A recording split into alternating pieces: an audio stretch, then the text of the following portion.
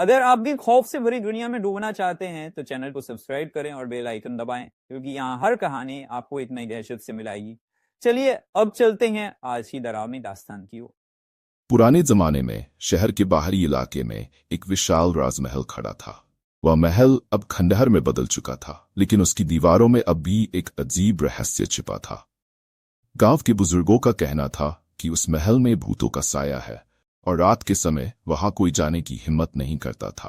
कहानी की शुरुआत होती है एक युवा लड़के अर्जुन से। अर्जुन हमेशा से रोमांचक कहानियों का शौकीन था और महल की कहानियों ने उसे अपनी ओर खींच लिया।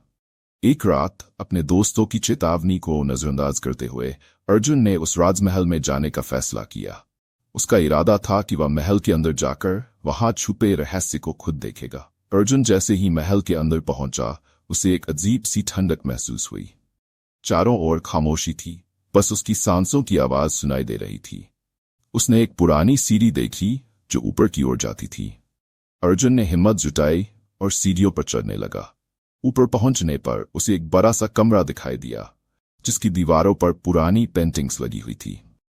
एक पेंटिंग में एक खूबसूरत रानी की तस्वीर थी, लेकिन उसकी आंखें कुछ असामान्य थीं, जैसे वे अर्जुन को घूर रही हो।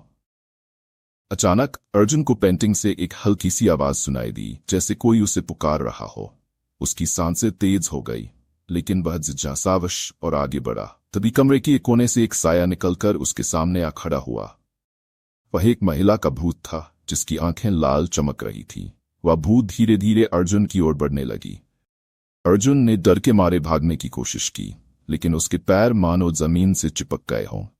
वह महिला कहने लगी, मैं इस महल की रानी हूं। मेरे साथ एक छल हुआ था। मुझे मेरे ही दरबारियों ने धोखा देकर मार दिया था। अब मैं यहाँ फंसी हुई हूं।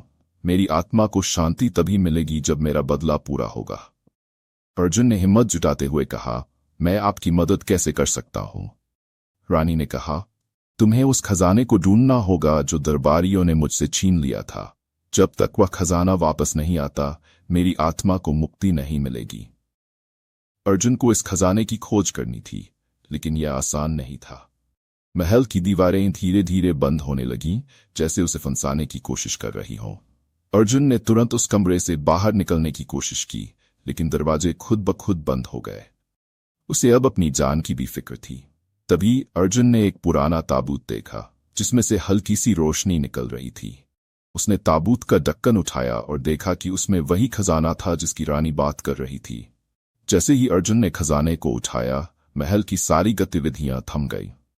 दरवाजे अपने आप खुल गए और वह महिला की आत्मा शांत हो गई। अर्जुन ने खजाना रानी को समर्पित कर दिया और उसके बाद वह भूत हमेशा के लिए गायब हो गई। अर्जुन ने महल से बाहर निकलते ही एक गहरी सांस ली और ये सोचने लगा कि उसने आज कितनी खतरनाक और रहस्यमयी रात बिताई थी। इस घटना के बाद अर्जुन ने कभी भी महल की ओर लौटने की हिम्मत नहीं की और वह राजमहल फिर से एक रहस्य बन गया।